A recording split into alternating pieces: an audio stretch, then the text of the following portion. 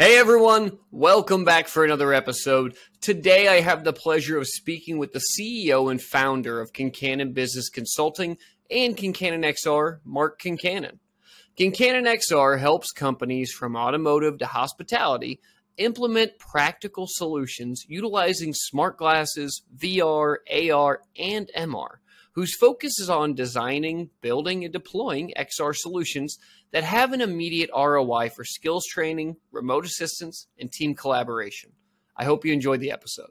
Hello, tech friends, and thank you for tuning into Emerging Technologies in Business, where we take a deep dive into different technologies that are impacting businesses today and in the very near future. I'm your host, Brock Riney, and this podcast is brought to you by ConcannonXR. Let's talk tech. Hey everybody, I'm here with Mark Concannon, CEO of Concannon Business Consulting and ConcannonXR. Mark, thank you so much for being here today, sir. How are you? Doing well, Brock. Thanks for having me on the show again today. Yeah, great to have you. I think the first question I want to ask you is kind of a long-winded one, or it could be a short-winded one. It's really up to you, honestly. But if you were writing a memoir of the highlights of 2022, for yourself, for Concannon, what would you say? Sure. I think the number one item is that last year was a lot of me getting settled into the Seattle metro area, and I've been really happy with that. Making some new friends up here, making new contacts, really enjoying the move out of LA from a couple of years ago. So that's went really well last year.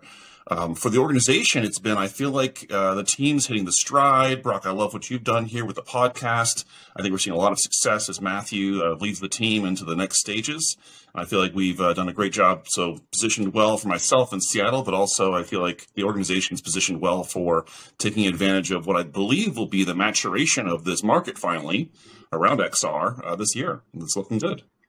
I think there's a lot of opportunities in the world of XR, realistically. So I know we've seen some ups and downs over the last 18 months, realistically. But I know that you had the opportunity to test out the Oculus Pro device. Is there any sort of insights that you can give us as far as this enterprise targeted device that you would like to share? Sure. I think, first of all, having done the side-by-side of the Quest 2 and the Pro, I really liked the reduced nausea effect, the higher quality refresh, higher quality clarity in the displays, and the weight. They've got the weight is pretty good. It's not heavy, and I like that they've done a different design on the way that the pieces around your eyes fit.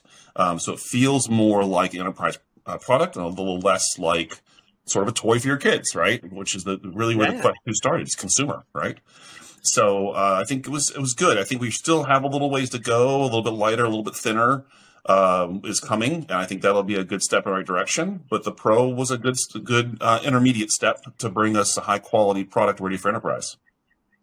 I think they did a good job of changing the weight displacement, right? Because both you and I have used the Quest 2 and the Quest Pro.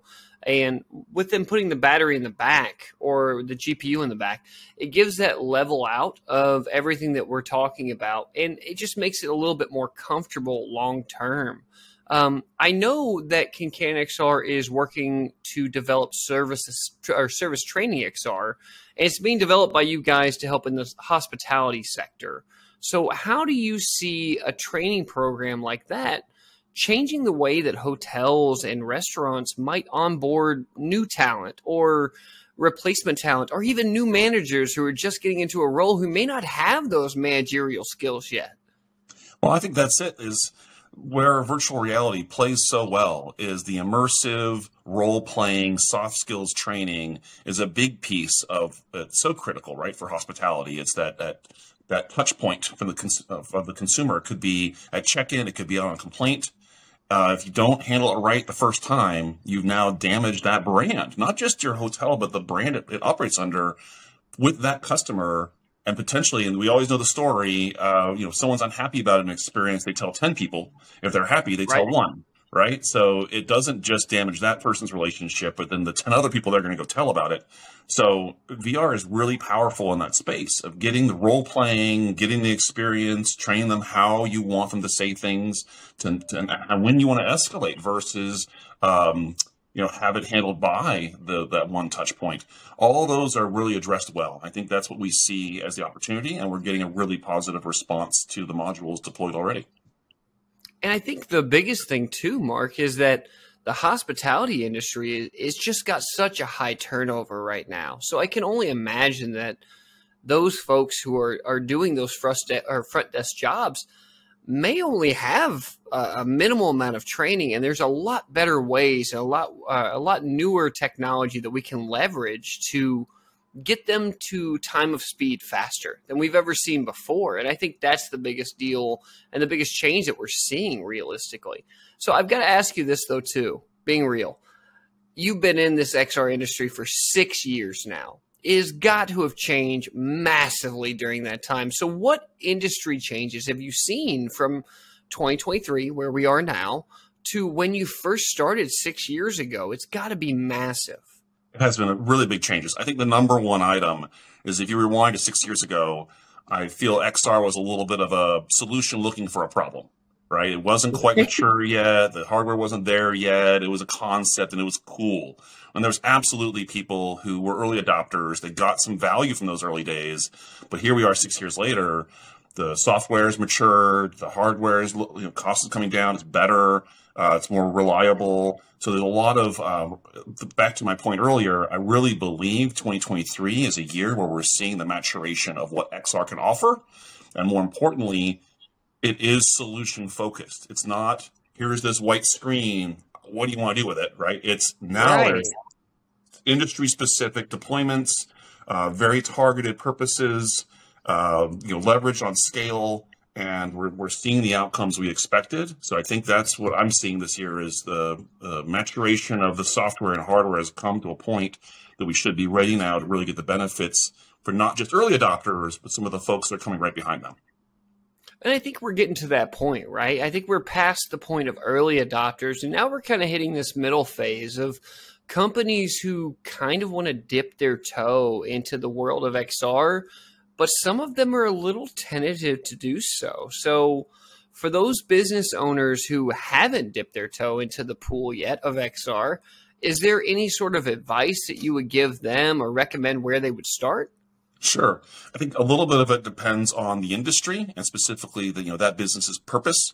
So I think what we're finding is, in organizations that have a large field service work group, so if you're servicing telecom, you're servicing oil and gas, you're servicing those kinds of organizations, the assisted reality is a really good way to get in on the entry level and try it out, much like we've done with ServiceAssistXR, to deploy into their workforce, and you can see the benefit, and then you can start to confirm you're ready for it.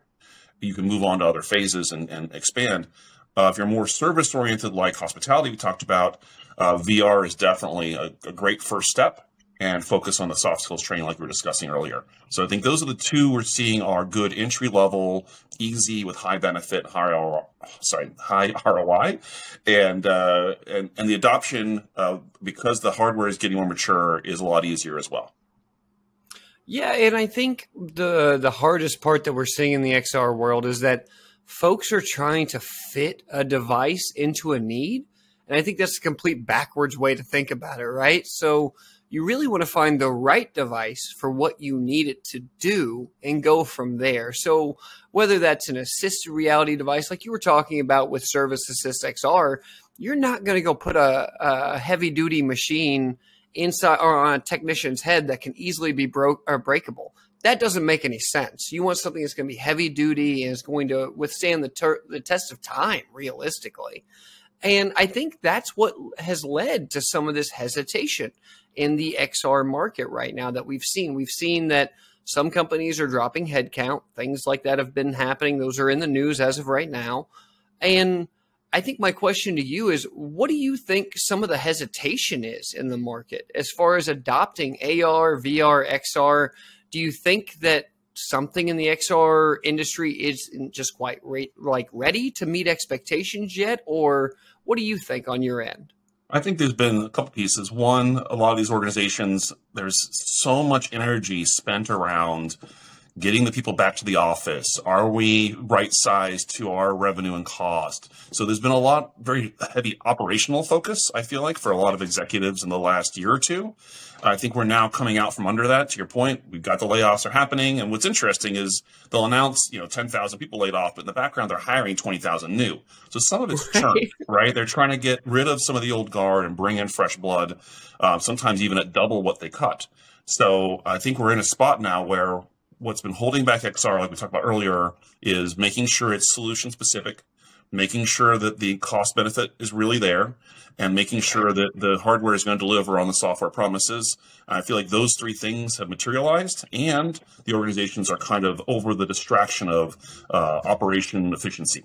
So now they're ready for our next part, which is now that people we have, how do we make them better and more efficient? This will be one of those tools. It feels like almost like it's kind of the recreation of Web 2.0, right? Where everyone jumped into this massive adoption of the web, and everyone had a new .com.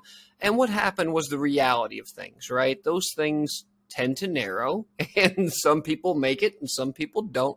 And that's just the reality of it, honestly. For you and for Concannon, what's on the horizon here in 2023? Well, the big items are we're going to be taking ServiceAssistXR from automotive and expanding out to oil and gas, potentially some other industries. So really excited about that shift. We're also going to we deployed the ServiceTrainingXR, which is leveraging our partner Tailspin and building modules specific to hospitality you mentioned. And I think as we look at the success there, we'll be targeting other industries that are also consumer-facing, service-oriented, and continuing. So one of them we're looking at is pharmaceutical sales training. Super excited to deploy that next as a Tailspin module and take that to market. So those are the big items this year that we're looking forward to. And so far what we're seeing is a positive response from the market that we're headed in the right direction. We're doing the things that people want to buy. Absolutely. So if people aren't familiar, Concannon does a couple of really great things right now, and just two of them to throw them out. ServiceAssistXR is really to help not only the automotive industry, but also oil and gas. So anyone who needs remote assistance at the same time needs to have documentation for these remote employees who might be in the field. It's a really great solution. It's done on a really heavy-duty headset called RealWear. In fact, we'll have an interview with Kristen Nayani coming out here pretty soon as far as that's concerned. And then the other side is ServiceTrainingXR. So this takes a virtual reality idea of taking a standard LSO class that you would take in a day-to-day atmosphere, but then making it immersive in a VR headset so that people can't answer emails anymore. They can't pick up the phone and go make a phone call while they're taking their training. And that is just vastly more superior than what everything else has been previous to. And Mark, I'm super excited to see what's going to happen here for Concannon here in 2023. And I do have one more last question for you because I can't help myself, and I've got to do a little bit of levity in every one of these interviews. And that question is this. It's what was your first MP3 player, and what was one song on it that just got overplayed more than it probably should have? Sure. So I'm not really an Apple guy, but I have to admit in my personal life, I mean, obviously in our work world, we have to be very familiar with all the different platforms, but in my personal world, I prefer Samsung. But I have to admit my first MP3 was definitely the Apple iPod. I love the little wheel and the click. They did a great job with that interface. Yep. And one of my favorite songs back then was Prince, Little Red Corvette. So I really you can't go wrong with Prince. That's right. Yes. You can't go wrong with Prince. I love it. That's fantastic. Mark, it's been an absolute pleasure to have you on the show and to give us a little bit of insights on ConcannonXR. Thank you so much for sponsoring the podcast as well. Just so you know, I really do appreciate it. For our users at home. Oh, of course. You're great. I appreciate you. For our users at home, if you haven't checked out ConcannonXR yet, let me give you a quick insight. XR is 100% the future. If you're working in the XR world, or even if you're just looking to step into the future with XR, ConcannonXR is here to help bring your XR dreams into reality.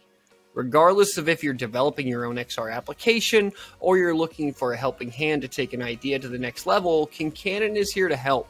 So if you are looking for that, reach out to us at ConcannonXR by emailing them at inquiry@ConcannonXR.com. You can also find our podcast here on social media, of course, at ETIB Podcast. And if you like this episode, hit subscribe and hit like, and check out one of these other videos that's going to pop up right above Mark's head here on YouTube. Click on one of those. That's going to do it for today. Mark, thank you so much for your time and being here with us. For everyone sitting back at home, I've been your host, Brock Riney. We're going to talk some more emerging tech next time. Thanks, everybody.